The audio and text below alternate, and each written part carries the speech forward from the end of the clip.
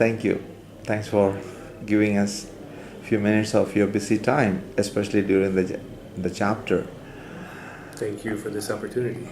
Welcome. You have been involved with the general administration for the past 12 years. What, in your opinion, as you observe, what is the trend that you see in our society and in our members today?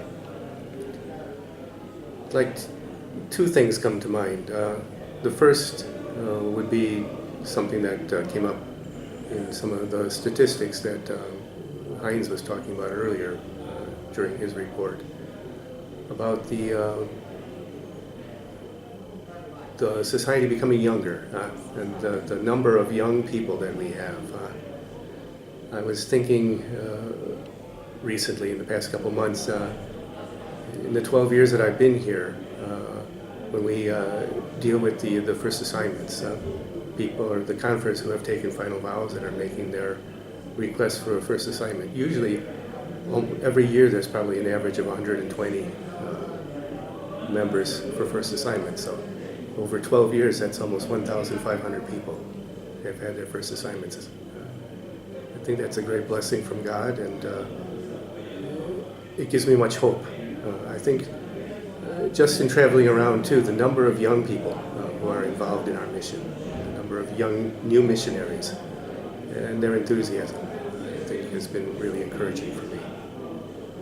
The second thing, I think perhaps from the emphasis of the last general chapter 6 years ago on interculturality, I think greater awareness of the gift that interculturality is to us, that our internationality is to us, that we come from so many different places, so many different countries, and we work together generally rather well.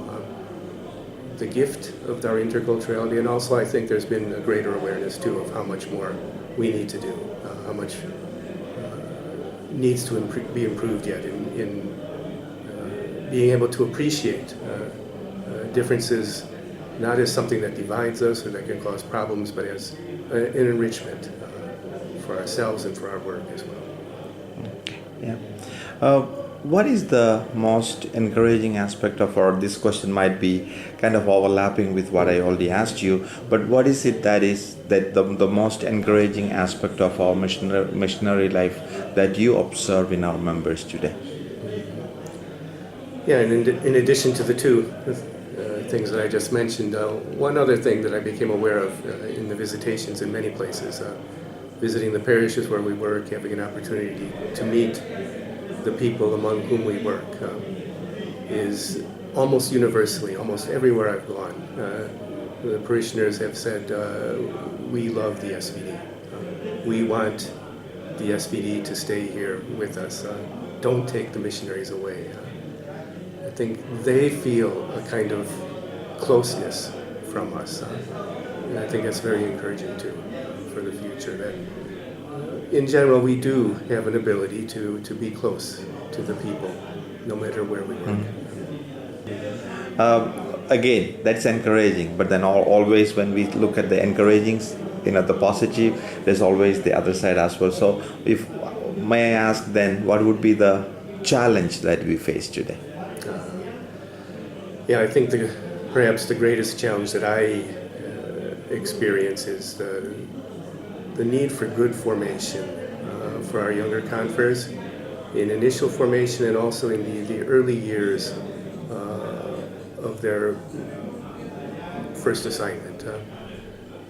The need for accompaniment, to find more experienced converts who can work with them and draw out of them their talents and encourage them.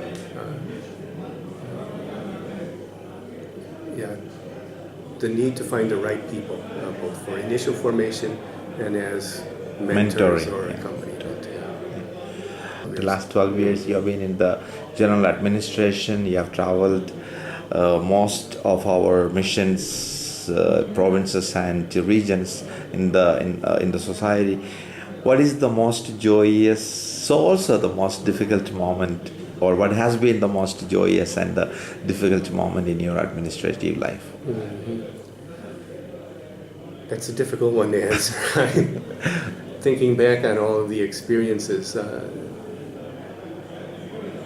for certainly one thing that encourages me a lot and has been an inspiration for me too is, again, during the visitations, the opportunity to meet individually with all of the conference. And usually I ask the confer if he's willing to share the story of his vocation, how he experienced the call to become specifically an SVD. And hearing those stories and seeing the excitement that all of us feel in recalling the story and in sharing it again. I think that it has some connection with the theme of this chapter. The love of Christ impels us. It's that experience that we all have of God's love, of God's special concern, God's special call for each one of us. That really is the foundation of our mission. It's been encouraging for me to be able to hear those stories. The most difficult,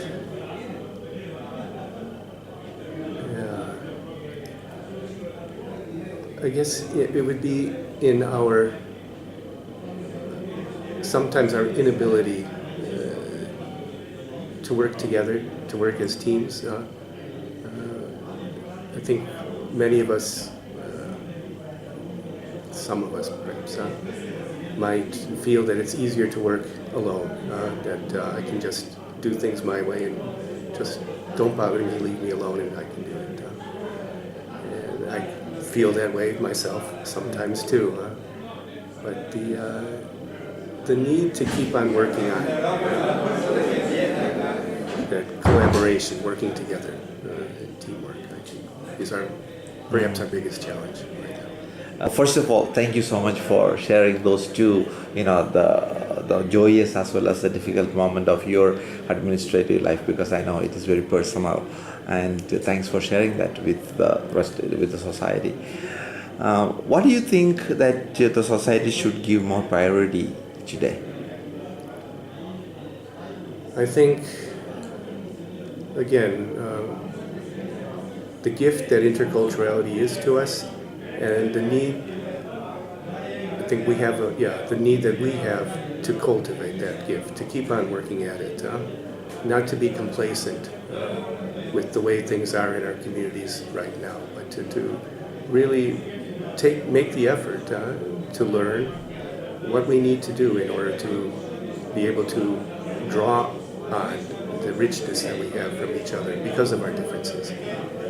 You mentioned about interculturality again. You have already spoken about interculturality. Do you think that interculturality is one of our best contribution to the local or maybe the church, the international, the church at large? Yeah, the universal church. Universal. And in every place where we work. I think it's, given the situation in the world today with the movements of people and especially the reaction against that in many places now, the political reaction against it, the